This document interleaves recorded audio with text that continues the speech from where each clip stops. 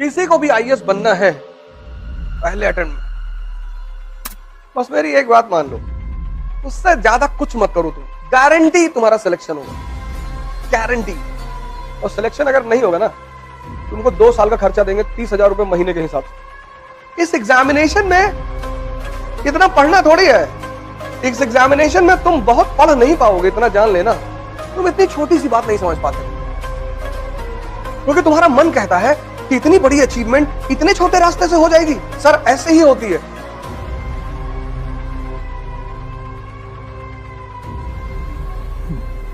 जय हिंद फ्रेंड्स। नहीं, मैं तो कहता हूं मुझसे पूछते रहा करो, क्योंकि हर आदमी ओमनीसिएंट नहीं है। मैं भी तुम लोगों से बहुत कुछ सीखता हूं। इस दुनिया में कोई ओमनीसिएंट नहीं है। तुम्हारे पास भी दिमाग है, तुम पढ़ते हो, तुम किसी पर्सपेक्टिव से सोचते हो सकता है मैंने उस पर्सपेक्टिव से ना सोचा। तो जब तुम मुझसे सवाल करते हो तो मैं भी तुमसे कभी कभी सीखता हूं। ना आने का मतलब कुछ बुरा थोड़ी होता है। हर आदमी को सब कुछ थोड़ी आता है। इस फील्ड की जो विधा है, इस फील्ड में जीता कैसे जाता है वो मुझे पता है। हो सकता है मुझे हिस्ट्री कुछ भी ना पता हो, लेकिन इस फील्ड में जीता कैसे जाता है, कैसे आईएएस पे सिलेक्शन होता है, क्या करना पड़ता है, वो चीजें मुझे पता है बस। तो इसलिए मैं हमेशा तुम लोगों से क्लास में कहता हूं कि क्वेश्चन पूछते रहा करो। कुछ भी क्वेश्चन पूछो, कोई बात नहीं आएगा मैं तुमको सॉरी बोलूंगा, मैं पता करके आके फिर तुमको बताऊंगा, वो कोई मुद्दा नहीं। इस एग्जामिनेशन में इतना पढ़ना थोड़ी है। यहां जितने लोग तुम लोग आते हो, बस मेरी एक बात मान लो, क्लास वर्क और होमवर्क और सिलेक्शन अगर नहीं होगा ना, तुमको 2 साल का खर्चा देंगे 30,000 रुपए महीने के हिसाब से।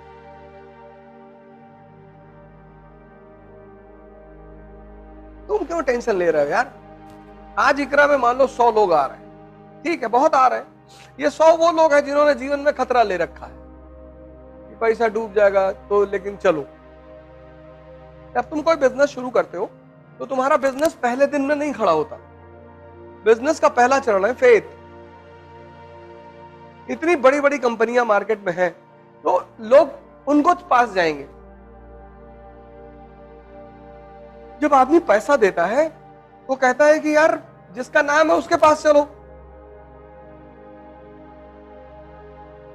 नहीं, लेकिन जब तुम यहां आ ही गए हो, पैसा खर्चा ही कर दिए हो, तो मेरी एक बात मान लो, क्लास वर्क और होमवर्क, उससे ज्यादा कुछ मत करो तुम।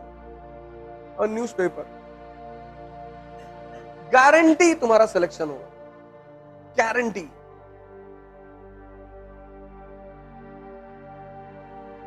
हम अपनी गारंटी ले रहे हैं, अपनी। और आज से प्रयोग नहीं कर रहे। पिछले 15 साल 20 साल पढ़ाते हो क्या? 15 साल से प्रयोग कर रहे हैं, 15।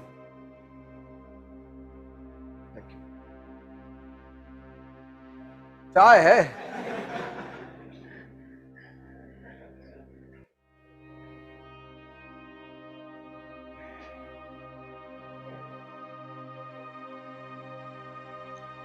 तुम सिर्फ क्लास वर्क, होमवर्क, न्यूज़पेपर कर लो, गारंटी तुम्हारा सिलेक्शन हो।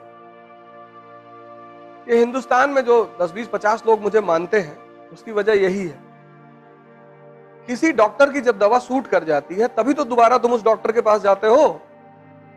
इस एग्जामिनेशन में तुम बहुत पढ़ नहीं पाओगे, इतना जान लेना। हाँ, जब तुम्हारी जो क्लास में इकोनॉमी पढ़ाई गई है वो कंसोलिडेट हो गई, हजम हो गई, उसके बाद जब तुम दत्ता सुंदरम उठाओ, अब तुम सोच के देखो, तुम्हारा नेशनल इनकम चैप्टर क्लियर है, सब पता है तुम्हें। अब तुमने दत्ता सुंदरम की किताब उठाई पढ़ने के लिए, कितना देर लगेगा? 10 मिनट, क्योंकि सब तो समझ में पहले से है। नहीं समझे? समझ गए ना? जैसे मैंने तुम्हें पढ़ाया इंडस्ट्रियल रेवोल्यूशन, तुमने कंसोलिडेट कर लिया, हजम कर लिया, फिर किताब उठाया, कितना देर लगेगा? 10 मिनट। तुम इतनी छोटी सी बात नहीं समझ पाते हो, क्योंकि तुम्हारा मन कहता है कि इतनी बड़ी अचीवमेंट इतने छोटे रास्ते से हो जाएगी। सर ऐसे ही होती है।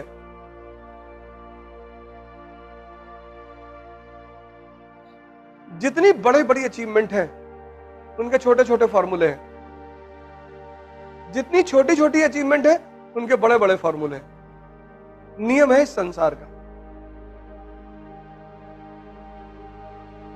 यहां सबको बोलो भैया मैं सच बोलता हूं, तुमको लोग कहेंगे कि झूठा एक नंबर का है, और तुम सबसे बोलो कि मैं झूठ बोलता हूं तो लोग कहेंगे बहुत सच बोलता है ये आदमी।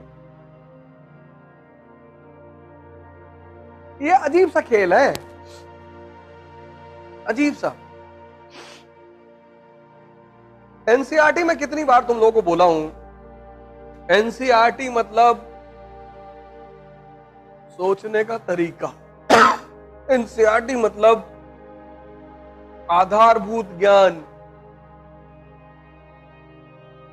जितने लोग एनसीईआरटी तैयार कर लेते हैं आईएएस की कोचिंग करने से पहले, उनके फर्स्ट अटेम्प्ट में सेलेक्ट होने की संभावना 90% बढ़ जाती है।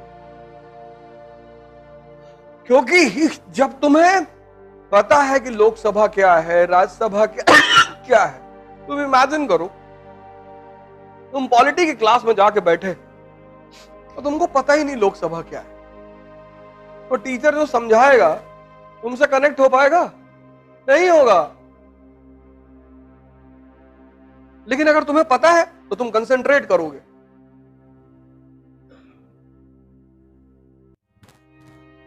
नहीं करोगे फिर तो 50% तुम सीख के आए थे और 50 तुमने क्लास में सीख लिया। जड़ मजबूत हो गई कि नहीं हो गई?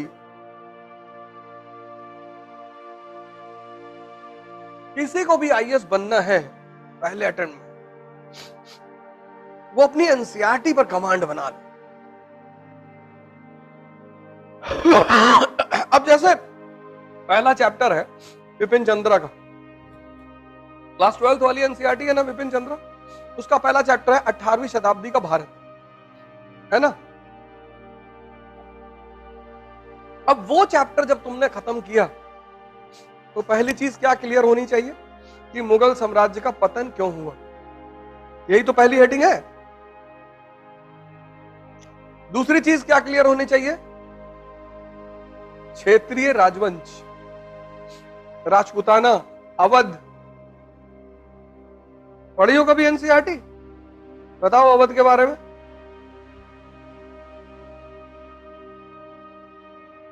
तुमने पढ़ा ही नहीं। बस तुमने पढ़ा इस उद्देश्य से, तुमने इस उद्देश्य से तुमने नहीं पढ़ा। तुमने पढ़ा, मैं ये नहीं कह रहा तुमने नहीं पढ़ा, तुमने पढ़ा, पर तुमने उद्देश्य विहीन होकर पढ़ाई की। तुम्हारा पढ़ना बेकार चला गया, तुम्हारी मेहनत बेकार चली गई।